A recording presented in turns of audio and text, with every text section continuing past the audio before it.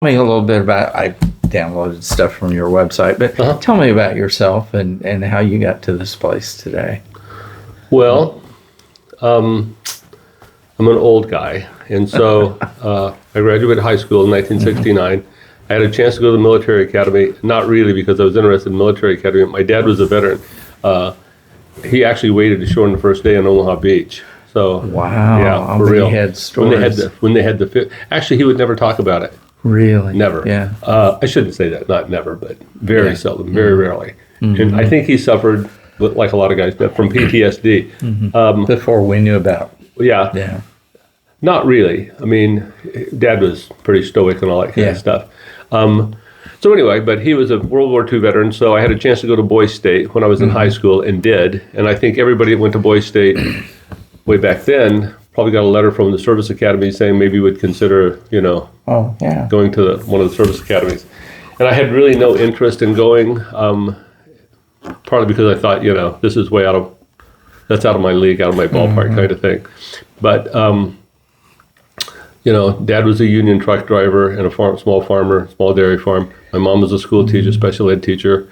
And, Mom would always say everybody's going to college and all that kind of nonsense, which was great. But see, back then Vietnam was rocking. Yeah. And so if you were 1A, you were going to go to the service unless you had a real low draft number. Remember, they had the draft and all that with draft numbers and all that shit. And I had a very low number. So I was obviously going to go to the service because everybody in Neosho County did. So I went to Boise State. They sent these letters out and they said, if you're interested in the service academy, you should go. Or, respond to this communication. And I had no real interest in it. I'm thinking, I had knew people, that had been shot in Vietnam and all that stuff, and this was not something you needed on your resume, or even wanted on your resume. But anyway, there was a girl in Leavenworth, Kansas, that I'd gone to high school with in Erie for 2 years, and then her dad got a job being a school administrator in Leavenworth County, and she was up there, and on the communication from the service academies, that's where he went to take the test. So I decided I would go take the test at Fort Leavenworth for the service academies because I'd have a chance to see Lisa. So I called her up to see if she was dating anybody, and she said, no, it'd be fun to see me. So I went up there and took the test because I knew this girl that was up there, and she was drop dead pretty. So anyway, apparently they mixed my results up with somebody else's results, and I got an invitation to the service academies. And Joe Skubitz was a congressman for this district then. Yeah. And his, I think back then a lot of people, it was whoever was the best buddies, with the congressman, their kids got to go. But with Joe Skubitz, it was like whoever got the best scores got for a shot at it. Yeah. So I had a chance to select the academy I wanted to go to. So I went to military academy because Dad was in the Army. And of course, that's the military academy at West Point's Army oriented. So I went up there. Okay, so anyway, long story. So I went to the academies. 1960, started in 69, graduated in 73. The timing was good because they quit sending guys to Vietnam in March of 73, and I graduated in June. I missed that show. And then from there, I was at the 1st Infantry Division as a second lieutenant in an infantry battalion for a year, even though I was military intelligence by choice. That was my branch. But back then, you had to be detailed infantry for at least a year in either armor or infantry. I had to be combat arms for a year in either infantry or armor. So I took infantry so I could be close to Fort Riley, or I knew I could get in Riley. And then I was there for a year and a half and had the big the gas. Remember, you couldn't buy gasoline back then. It was out of sight. And then I had a chance. I applied to go to flight school, partly to get out of Fort Riley, and partly because I was real interested in flying. And I did real well on the FSAST class, the Flight Aptitude Skills Test. So I went to Fort Rucker, learned how to fly helicopters. Because I was military intelligence, I also learned how to fly fixed-wing aircraft. And then after that, I flew for ASA, the Army Security Agency, for several years overseas, mostly in Korea, only a year in Korea. But anyway, we flew. It was the last of the high-altitude, unpressurized flying that the military did. And I was the operations officer over there for an aviation company forward. And some real interesting things happened. It was a very classified, at the time, that technology was brand new. It was very cutting edge at the time. That platform is still utilized by the Army after all these years. And what it was, and everybody knows this now, but what it was you did communications intercept, primarily VHF, which is line of sight. So the higher you could get in the air, the farther into that country you could see. Yeah. You could intercept communications the farther in you went. The higher you were, the farther in you could go. You also had the ability to fix fix the location of the transmitters, which was really important because you could tell when a unit moved. And of course, you could break out the speech if they were using speech. So a lot of the anyway. So I did that for a year in Korea. In the meantime, I got married to this delightful woman from New York, real East Coast, liberal. And after that, I was, because of some things that happened in Korea, got noticed. And so then I was assigned to an outfit called Special Projects at Fort Hood that no longer exists. I'm sure anyway. And basically what that was a little group of people. And when people asked us what we were doing, the answer was always, we do doctrine and development work. And we would occasionally take off an incredibly short notice and go places. And usually,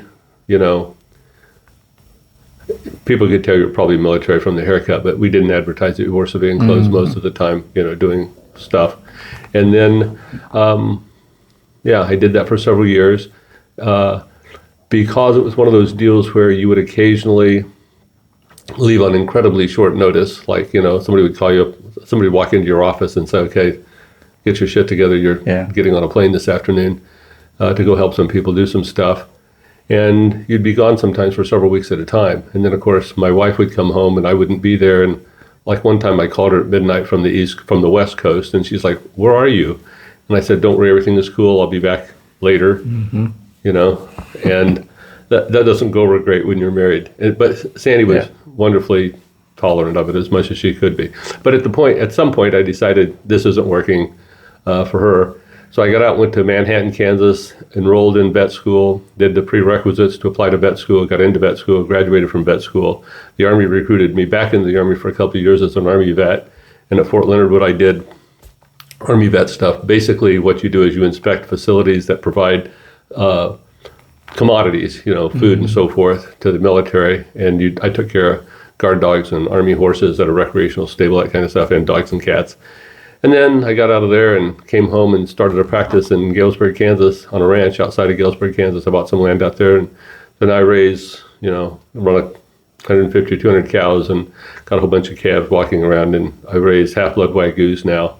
And so how did I get here? So it's no secret. Okay, so I was a Republican until January 6th of 2021, when they had the assaulted and so January 6th, 2021, that was a bridge way too far for me, and I was horrified by that. And so then it was one of those things where I was disgusted with that.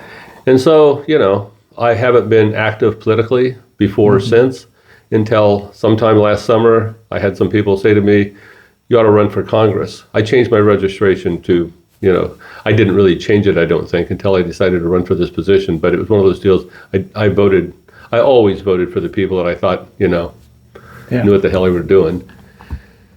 And so I had some people, especially a brother of mine. I got a brother named Kelly who's painfully smart. And if you're arguing with Kelly, you're probably losing the argument. And I'm serious. And Kelly said, you really, with your background, you would be a pretty fair match for this district as a Democrat. And I dragged my feet pretty hard. But, then Donald Trump got elected again. And I thought we were past all that. And now I'm convinced that we are making truly horrendously disadvantaged decisions without any regard for the consequences. So, not to have an extensive list, but, I see people that are desperately affected by their lack of accessibility and affordability and of health care. We've got educational system has suffered. Women have lost some of their rights. I mean, I don't care how you feel about abortion, that kind of thing, but typically that's a healthcare decision that I think should be mostly left to the women and their doctors and their families and whatever their religion is or God kind of deal. and I won't argue one side against the other, because I don't think it's my business. I'm an old bald-headed fat white guy, and I'm pretty sure that women don't need my input. And those kinds of decisions, this very recent Supreme Court decision, I think, is emblematic of that. And this idea that we're going to walk away from NATO, easily the most successful defensive alliance in the history of the world, seriously. And I worked with other militaries for quite a while, not quite a while, but frequently sometimes when I was in special projects. And we had an almost, I would say not a cherished relationship, but a very desirable relationship with militaries around the world in NATO. I suspect we're squandering that. I mean, I haven't talked to any of those people. It's been 50 years since I was involved in that. But, we've walked away from that. We're destroying those relationships. We have been easily. When people look to the leader of the free world, it was always the answer was the United States, always. And I don't think that's the case anymore. And, this excursion, adventure, war, whatever the hell you want to call this Iran thing, part of the reason Trump is losing the reason Hegseth is firing all these senior military leaders, the chief of the army, is because these guys are dragging their feet when they come up with some of these wild-ass ideas that they're going to do this. And these guys are saying, this is a terribly flawed decision. And they're getting retired. They're saying that at 9 o'clock in the morning, and at 1 o'clock they're out on their ass. And trust me, Pete Hegseth is a lot of things, but a deep military wizard is not one of them. So the answer is, can I make a difference and solve those problems? I'm confident that I can't, but I can be part of it, and I intend to be. Okay. Long answer. No, but you were hitting most of those points that I had on my list that I wanted to bring up with you. Okay. So what is it that the Democratic Party nationally has not understood? It seems like the Democrats have been able to pull defeat out of jaws of victory. Yes. I've heard that many times, and it's true, I'm sure. I think they allow themselves to be distracted by wedge issues. And I think a lot of times they don't take a look at the big picture. And I think they argue the details as opposed to the big picture. And, I have a pretty lengthy small business experience. And you want to pick the hills you die on. And what's a good example? Okay, in this last, and I'm not a political junkie, but occasionally I see things that take my breath away. So for instance, they're taking $60 million away from SNAP and putting it into farmers in this latest bill, the Farm Bill, which of course everybody around here should be interested in. And they sent that from the House to the Senate. And I had people ask me, do you think farmers will really appreciate that? And I said, I'm sure farmers appreciate the idea, but they don't appreciate, if they drill down on it, they'd be shocked to find out that they're making a big deal out of $60 million for the Farm Bill. And $60 million is a hell of a lot of money if you have to eat all the hamburgers it buys. It's not a hell of a lot of money if you're talking about the great big agricultural behemoth that the United States is. $60 million is like telling everybody, we're going to solve your problems with high gasoline prices. We're going to give you back 4/10 of a penny on every gallon of gas you bought in the last 6 weeks. Well, the price of gas has gone up $1.25 at least. And so 4/10 of a penny against $1.25 is an insult. It's bullshit. But if they say we're going to give you enormous relief from these high gas prices, 4/10 of a cent, it sounds good when they say the 4/10 of a cent for every gallon, but not when you drill down on it and take a look at it. And the Democrats have allowed themselves to be distracted by stupid, I gotta quit swearing so much, by painfully thin arguments that they seize on and then make a big deal of. And what they should do is point out the hypocrisy of it and move on. And that's why the Democrats, I think, have trouble. And I guess I am one now because I'm running under their banner. But I look at it like this. If you want to play in the World Series and the Yankees and the Dodgers are playing, you pick a team. Oh, that's a good analogy. I like that. So it sounds like you're a guy who focuses on issues. You would not be afraid to stand up for your own party if you thought they were wrong. Not a bit. I have been accused numerous times of being painfully blunt to my disadvantage. Okay, so the best example of that is a story I tell frequently. When I was in Korea, I worked for the field station. The field station is the big intelligence gathering operation over there. In several countries, there's a field station in Germany, there's one in Korea, there's some other places too. And basically it's a big organization that collects information to turn into intelligence and all that kind of stuff. In my unit, what their job was, we flew, at the time, very cutting edge technology in old airplanes that were wore out. And because those planes were old and wore out and not suited for the task, we tore them up pretty bad, okay? And so we lost a lot of engines. Anyway, it was dangerous flying these things, dangerous and uncomfortable. Like I said, it was the last of the high altitude unpressurized flying that the military did, as far as I know. And this was in 77 and 78. Okay, so it's a real high profile outfit. These aviation company forwards there's only 2 of them in the whole Army, and they're small organizations, but they have a lot of capability. And so, because if we did a good job, everybody, cheered and all that stuff. And if we had trouble, then of course it was a problem. So the field station was always interested in us doing 100% of our missions all the time. The problem was we had regulations to observe, and one of them was you don't fly these planes in conditions that aren't safe. And they defined that as being conditions where the plane wouldn't maintain altitude on single engine. And that was very significant because these planes had old engines and they were old, wore out pieces of junk when I got there. They really weren't that old. We just wore them out because we were flying them at the very limits of their ability continuously, and it was dangerous. We lost several engines. So I told the field station after I'd been there a year that, coming up when the weather gets hot, we won't be able to meet those requirements according to the regulations because these planes won't have the ability to do what we're asking them to do when the weather gets hot. And so we need to change the regulation. You need to give me the authority to ignore the regulation. I'm a captain. I don't have that authority on my own. But the field station commander is a major command. He does have that ability. So I said, this is what we need to do. And they were like, don't worry about that, just keep flying. So when we got to the point where I couldn't, in accordance with the regulations, send the planes, I canceled the missions. Field station commander went nuts.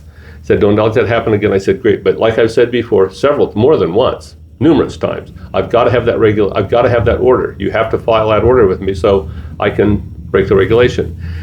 And several weeks later, it happened again. I canceled another mission. He went nuts, called me up to the field station across the desk, smaller than this. I stood at attention. He was screaming at me across the desk. Spit was landing on me from his mouth. He was so pissed.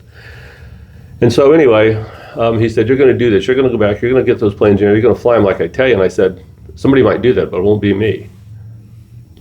Because I won't make that order. Because I don't have the authority. But you have that order. He said, what's the difference? I said, the difference is I don't have that authority. You do.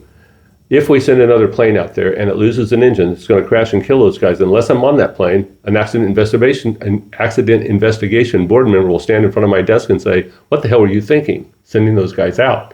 Because it's against regulation. And I'm going to hold up a piece of paper that you're going to sign if I'm the guy telling them that says I have that authority. And in fact, you're telling me that we're going to do that.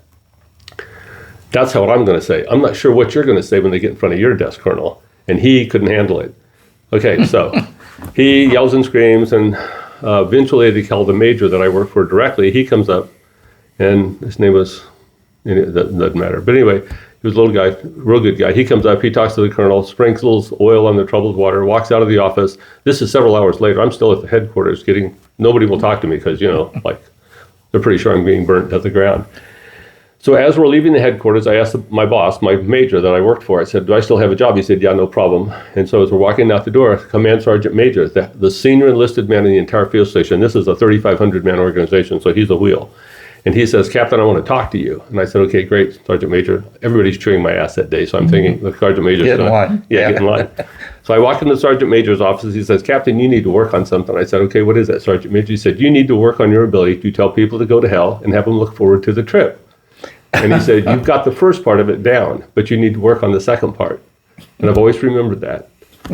Now, so how have you done with that? I've gotten better. Apparently not very good, but I've gotten better. But I mean, the point of the story is this. I am convinced that the Republicans in Congress know better, most of them, than the decisions that they're allowing to stand. And I think the reason they do that is because they're scared. I think they're professional politicians, and they're afraid they're not going to get elected if they go against Trump, because he will burn them down. Mm-hmm. Kennedy in Louisiana is having that problem right now. He's got he's got primary challengers. And so I think fear is very contagious. I've seen it in the military, and I'm sure courage is too. If somebody will stand up and say, this is a bridge too far, we're not doing that, because I'm telling them we're not, you take a stand, and if that stand is defensible, people will follow you. And that's the problem we have right now. Nobody's got enough backbone to stand up and say, this is a bridge too far. But I'm not looking to this as a career. I've got a good job. I've got a successful company. I have a lot of fun with it. Nothing would please me more than nothing would please me more not to find this, I think, necessary. Very interesting. Talk to me about farmers. Okay. I get a sense that we live in an agricultural state, and yet because so few of us are farmers, that we oftentimes don't understand.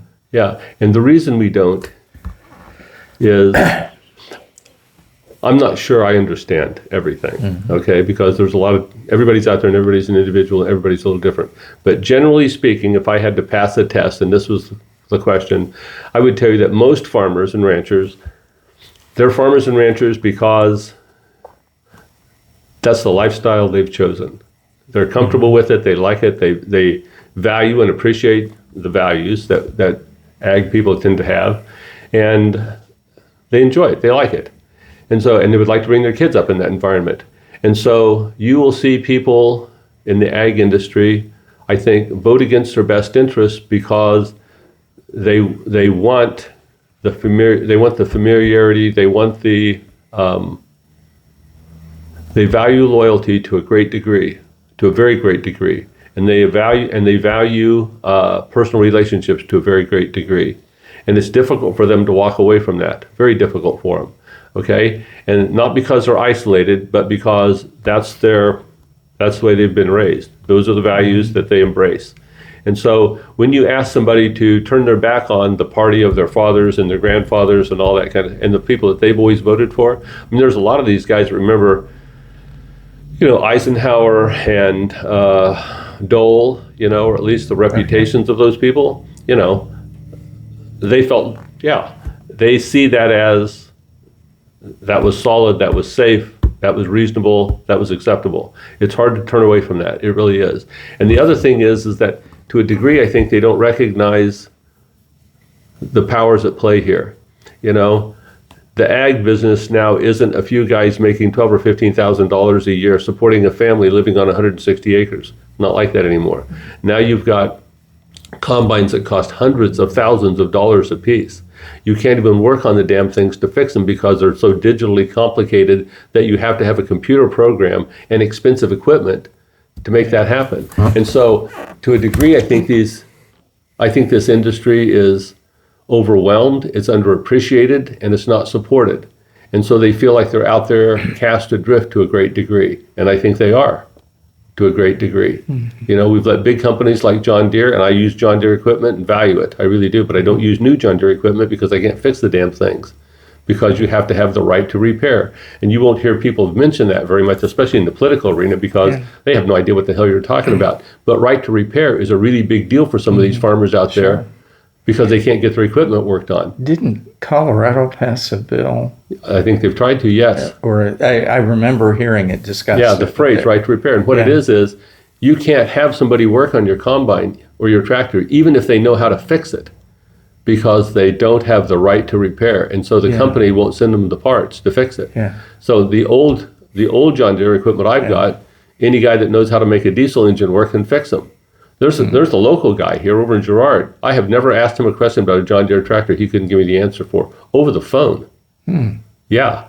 So there's enormous talent out here. Yeah. And the farmers have a lot of that. This is the most significant agricultural country in the world. Hands flat, no question, none. Yeah. And we're wasting that talent. We're killing, I say killing. Financially, we're destroying this brand new, I guess, crop of farmers, since we're talking about agriculture, because a lot of these young guys have borrowed a lot of money, spent a lot of money, have a lot of debt. They're running out of equity, they're running out of money, and they're running out of hope. We're going to see people, it's going to be like 1980, where you start having farm sales because the principal in that farming activity has a self-inflicted fatal wound. I had a candidate for another office through here a week or so ago who said, when I asked about agriculture, the only thing he said was, well, I trust the president's tariff policies that they will work out eventually. No, they're not going to work out. They're short-sighted, stupid, ill-applied, chaotically administered. It's terrible.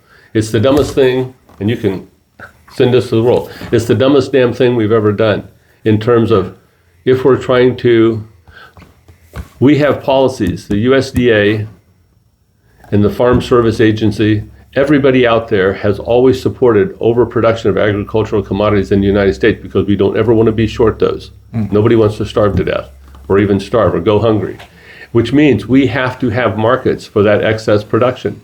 And always before, we've sent it overseas to people that didn't have the ability to feed themselves as efficiently as we could feed them. And so China, of course, has been a superb market for us, an essential market. And because we've managed to piss them off with tariffs, they're punishing us by not buying soybeans. And so now we're hitting these guys, these farmers, since we're talking about ag, we're hitting these guys from both sides. Not only can they not sell the commodities that they're producing, their input costs are climbing out of sight. I just filled my car up for $3.99. 8 weeks ago, it cost me $2.39. What does this tell us? Okay, and if you're planting crops this year and you've got enough fuel to get in the pasture, in the fields, you can't find fertilizer. I mean, Jesus Christ, we're killing these guys. We're killing these guys, and everybody acts like, don't worry, it'll be fine in 6 weeks. It's sort of like saying you're going to be dead in a couple of hours, but you'll feel better in 6 weeks. In 6 weeks, you won't be feeling anything. And that's what we're doing to these farmers. This is the crisis that Kansas, and it's not just ag. It's several things, you know? I mean, people are like, well, you know, grocery prices are pretty high. Yeah, wait till they get so damned high that people can't afford to find help to help them harvest those crops. Everything is hitting these guys from all kinds of different sides. The tariffs are stupid. The war in Iran is dumber than that because nobody had a plan. If there was a plan, they certainly haven't shared it with anybody. The unskilled labor that we use in the packing plants, in the construction industry, in farms, hospitality industries, people that take care of the hotels and all that kind of stuff, we're scaring the hell out of those people and exporting them as fast as we can. Were they here illegally without permission? Yeah, maybe so. But it's very difficult to believe that we should, you know, entice those people to come into this country and take those jobs. And we need those jobs, you know, we need those jobs completed. We need people filling those positions. And then turn around and say, okay, now everybody's we're going to throw them out of the country. We're going to send them to God knows where, not where they're from. Yeah. So a lot of these people are self-deporting. Yeah. I guess. I mean, you know. Well, and there's lots of issues here. The demographics are showing that people aren't having kids and at the same rate. So most of our growth, if there has been growth, has been through immigration. Yeah, so the cracks from this wound extend in many different directions, affecting many different industries, many different people in many different ways. You know, they talk about housing shortages. You know, who's going to build those houses? Education. We need to make available vocational training. And some of the unions that I've talked to, incidental to this, a lot of these unions have got fabulous training opportunities for people. And when you get out of those unions, you've got a really good job waiting for you. And it's not like you have to go interview. You basically have to select from the offers that you have, from what I've seen. And I mean, you know, it's nuts and bolts. These people, they're on the cutting edge of this. They're doing a hell of a job, you know, and we're pissing all over the unions with things, you know, like this right to work, which is anti-union, you know, this ability to organize, denying that opportunity to federal employees. I'm not saying that the administration that we're currently operating under has bad intent. They have sloppy application. And they're not paying attention to things. They have unanticipated consequences to decisions that have, I think, good intentions to start out with. I think you can make that argument, certainly. But good intentions and good results are two damn different things. Yeah. Talk about the second district. It's Second district, it's gerrymandered all to hell. It's really interesting. I think that, what they've done is they've cut some of the, I would say, probably the Democratic bastions out of it, specifically Manhattan and Lawrence, both college towns. Yeah. And of course, that's with District 1, which is Western Kansas. Yeah. And so they've basically neutered all the Democrat support they could there. And of course, the second district has benefited, I guess you could use that word, from their attempt to get rid of Sharice Davids. Have you ever met her? I've not met her, but She is tough and smart, and I think a force of nature. Interestingly enough, I think this is my opinion, not a university held, I find her to be alarmingly effective because she's smart and she knows what she doesn't know. And that's a rare commodity, especially in politicians, I think. But she's smart and she's tough and she knows what she doesn't know. And I'm really impressed by her. And, she's a lot different than me. I mean, she's young and a woman and, I'm an old, fat, white guy, But I've met her and spent several hours with her. And I'm real impressed with her. But the point of the story is, I think they made a real effort to gerrymander Sharice Davids out of existence. And I think that backfired. And now, like part of Wyandotte County's in this district, and that's a fairly significant Democratic area. So we go from Brown County up on the Nebraska border all the way down, on the Oklahoma border. Yeah, and so it goes as far west as Marion, which is north of Wichita a little bit. And it's one of these things where I think they're fairly confident that when they did this, this was a way to keep everybody Republican in terms of representation. I suspect that, probably shouldn't say this, but it's my impression that it will be a heavier lift to flip the 4th and the 1st district, congressional districts, than it will be the 2nd. Not because of candidates, that they've got, but mostly because of the makeup of the district, the way it is. So have you been, where have you been? Have you been meeting with? I've been to Marion, I've been to Brown County, I've been to Topeka numerous times, Kansas City, all over the place. So what do you hear when you're out there? People are alarmed and concerned about the direction. I think a lot of people are concerned about the corruption, or what they see as corruption. I think that, it was on the news, or somebody was telling me that Donald Trump has added $1.25 million to his net worth for every hour of every working day since he was inaugurated in his second term. Okay? And so it is difficult for a lot of people to square that with the idea that he's working his ass off and putting America first. Okay? I saw this on CNN the other day. Of course, everybody thinks CNN is, maybe it was on Fox News too. But anyway, Eric Trump, since the inauguration, his net worth has gone up from $50 to $280 million, or numbers like that. I don't know if that's accurate exactly, but it's close to accurate. And so a lot of people feel like, we have problems with our democratic traditions, things that have changed. People are alarmed by this. They're concerned about this really heavy-handed immigration effort to gather all these people up, regardless of whether they're making a contribution to this society or not, and kind of violent. I think people are concerned about Medicare and Medicaid being truncated with the one big beautiful bill. Their failure to extend the ACA, the Affordable Care Act. So a lot of people have lost medical insurance, health insurance. You see people incredibly alarmed about this idea that we've gone into Iran with apparently very little idea what the hell we were trying to accomplish and why we're going in there. If we obliterated the nuclear program last July, why are we in there now? And more importantly, especially military buddies of mine, I still have a lot of them, that served in the Army a lot longer than me, and I served over 10 years. They're shocked by the inability of the administration to foresee what they've done over there. mean, right now, Iran is in a significantly better position strategically in terms of influencing world events, especially vis-a-vis the economy, than they were prior to this, because the strait was open. Now, you can make the argument, and they are, of course, what's the cost of Iran with a nuclear weapon?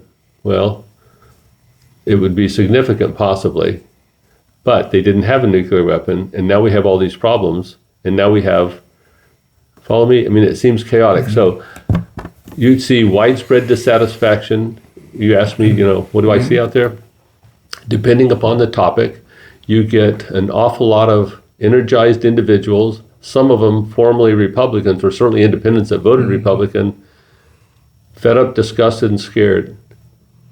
Pretty much in that order.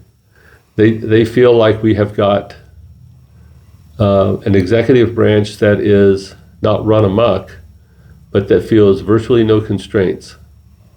And they see a Congress that's not providing the oversight, the checks and balances, the guidance to the executive branch.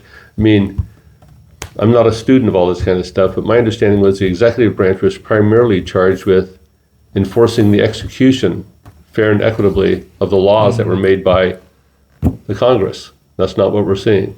They're playing catch up all the time. So what I see is widespread dissatisfaction. Does that equate to a change of representation?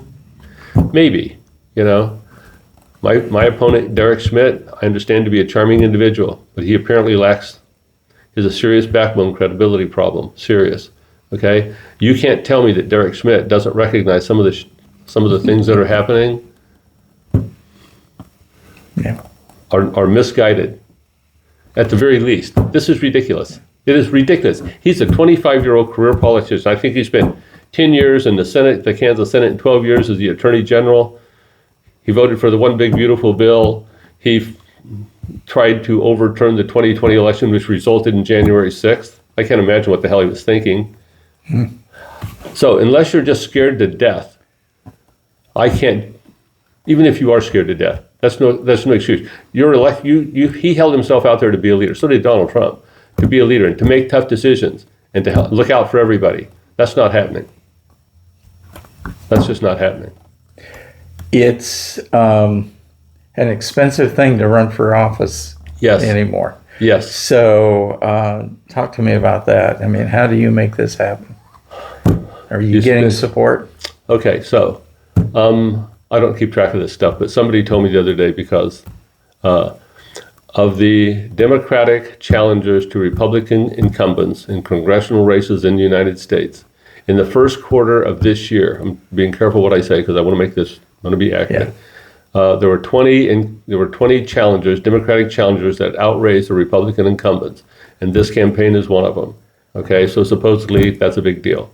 We've raised about a little more than $500,000 so far, almost exclusively small individual donations. I think somebody was telling me 90-some%, 92 or 4% of it is less than $100, and it's individual donors. We've got donations from every state in the universe. Andy told me. Every state in the universe, every state in the country, and so we're doing a pretty good job. Now, people have asked me before, how much money does it take to flip a district, and I had no idea. So I asked my campaign manager, Andy Bellick, and Andy said more than we're going to get.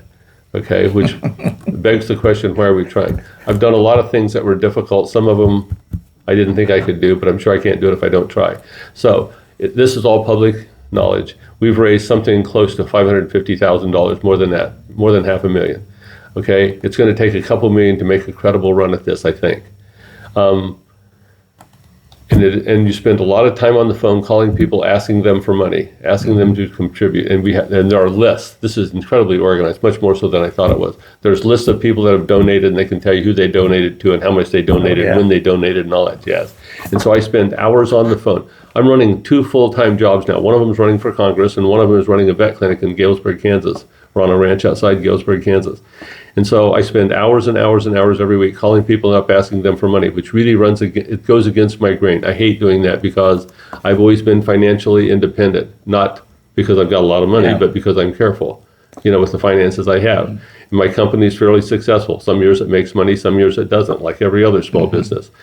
But having said all that, it takes a hell of a lot of money to successfully challenge an incumbent congressman.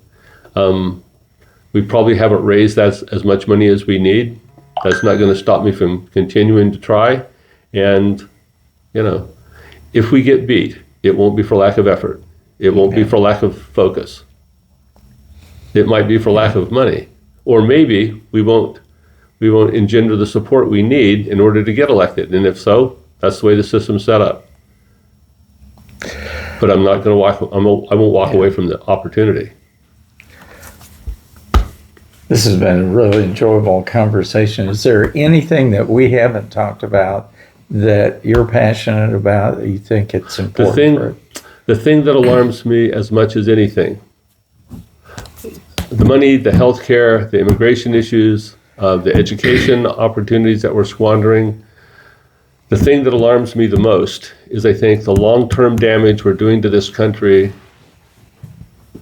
in terms of relationships with other countries around the world. The leadership that the United States has traditionally provided the rest of the world, and the lack of appreciation for that on a national level.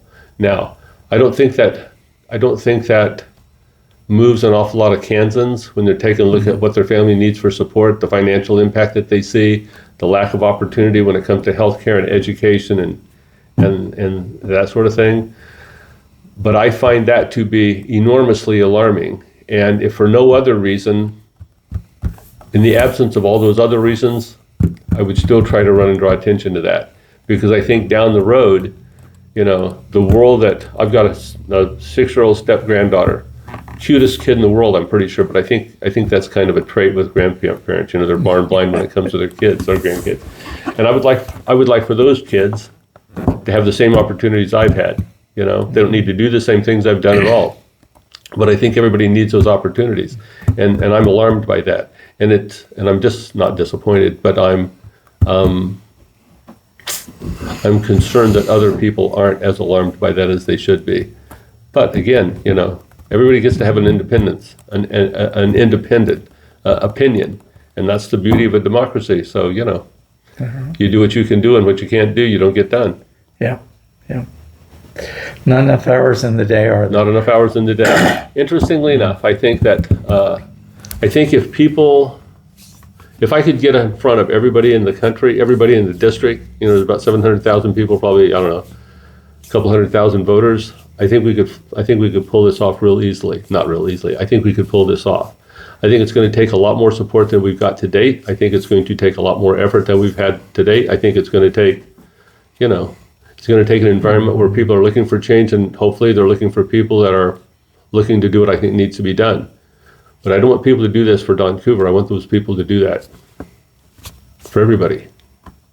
All right. I'm not a career politician. Have no intention of being one. I'm too damn old to be one.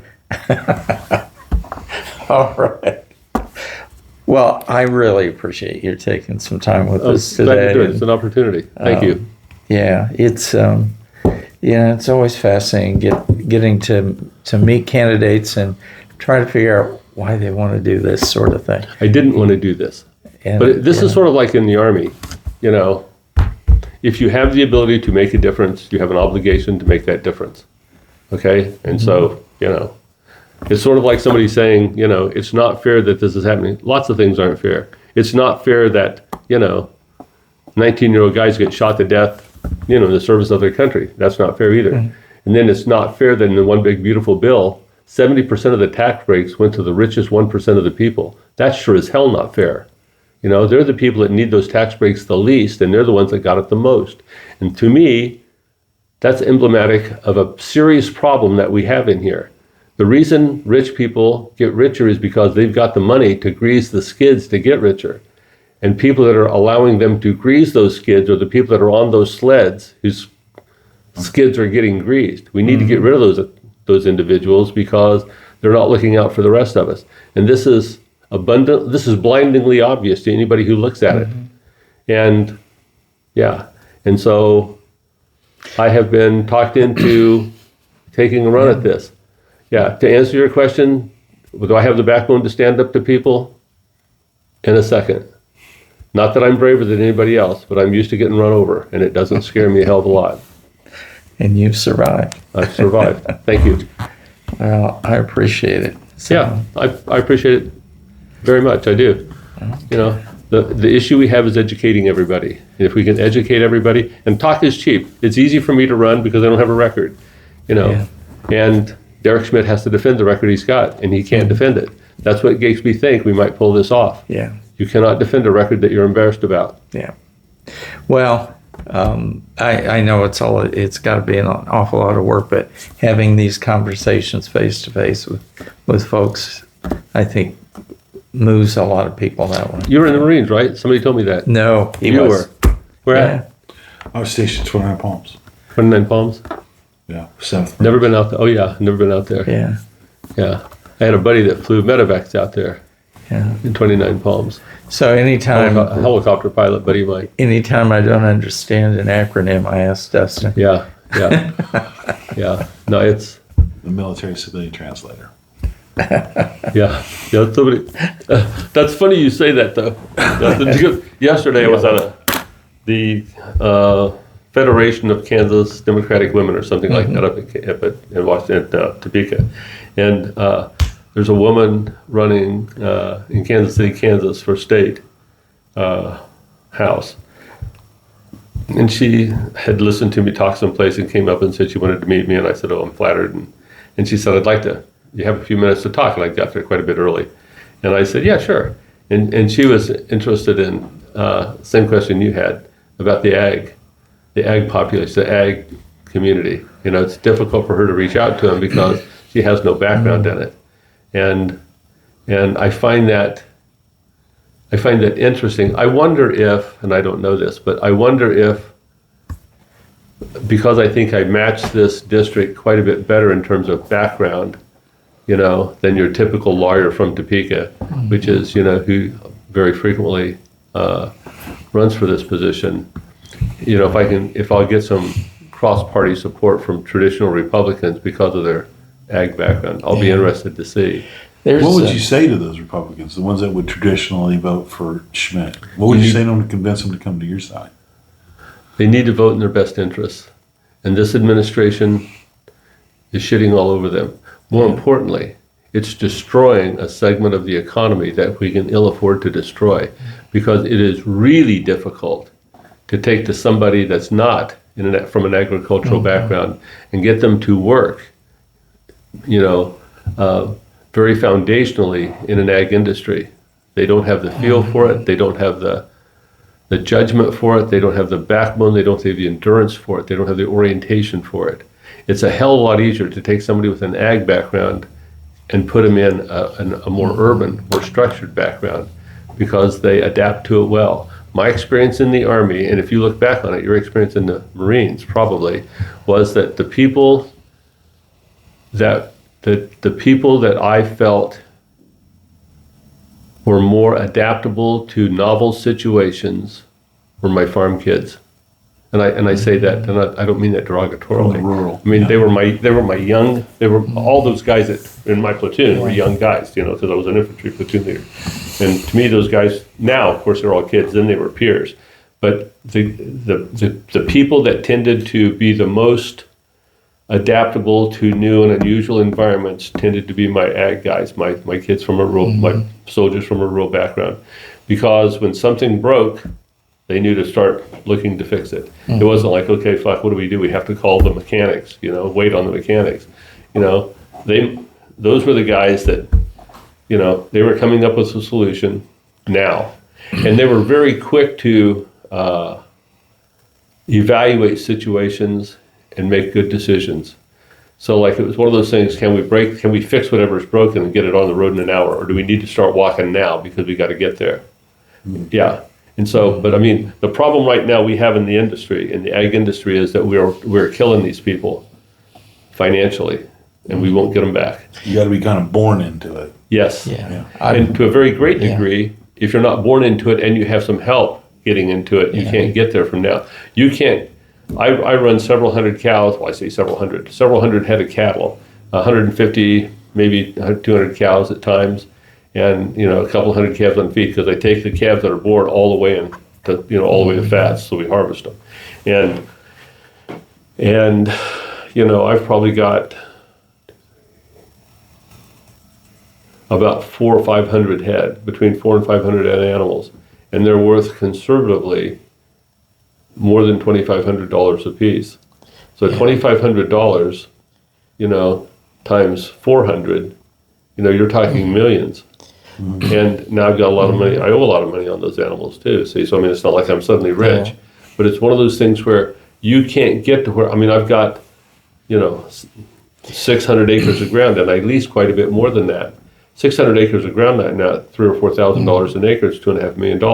The interest alone makes it, because it's a low margin.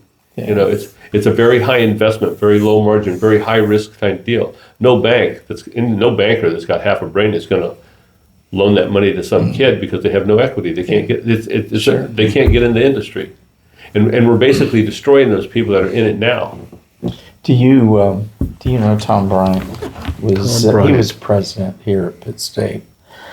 He's retired now. But, yeah, I know the name. I have coffee with him every Friday morning. A bunch of old guys, but Trust me, I'm older than you are. I'm 75.